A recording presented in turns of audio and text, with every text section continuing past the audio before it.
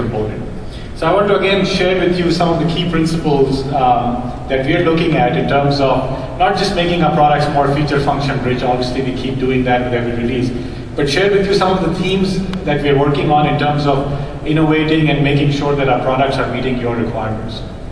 So I have a few things just to share with you on that. First of all, the flexibility and agility aspect, the declarative design element. I talked about the development tools.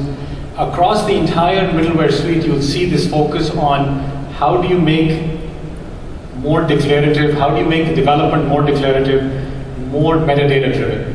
Again, the rate of change is fast.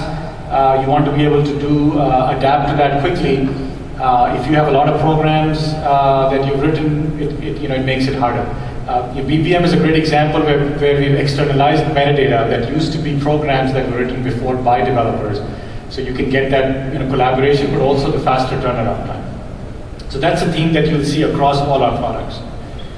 The next area to talk about is the role of analytics. Now, Fusion Middleware, a few years ago, we introduced business intelligence as part of Fusion Middleware. And most people were like, well, what's business intelligence got to do with middleware?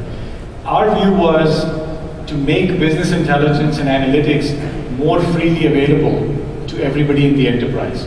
Not just that it's a silo with a few people who have access to BI. We are really leveraging that capability now across the stack and in our applications. How do you make sure that all the different things that you're doing have large volumes of data associated with it?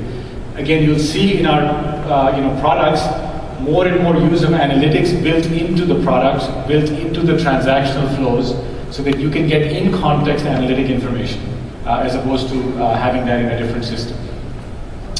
The third thing on the business side is the end user empowerment.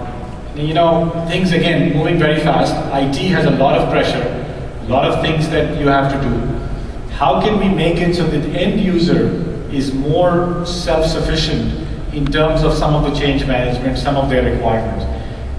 Again, the BPMN tool is a great example where we have a tool now that the business user can directly interact with, so that they can do a little bit more of the of the work. Again, you'll see the same theme across all of our products. How do we empower the end user? Not only because that delivers better service to them, because they feel like they can get stuff done faster, but also offloads what is typically a lot of work that it generates for the IT organization. Again, a theme across all of our products. Now, the business side and the business users and the end users is an important element. We also focus a lot in terms of our IT operations. Clearly, all of these products require or run in an IT environment, and there are a lot of different things that are happening in terms of evolution of the IT environment. Systems capabilities are changing. Multi-core processors, very large memories.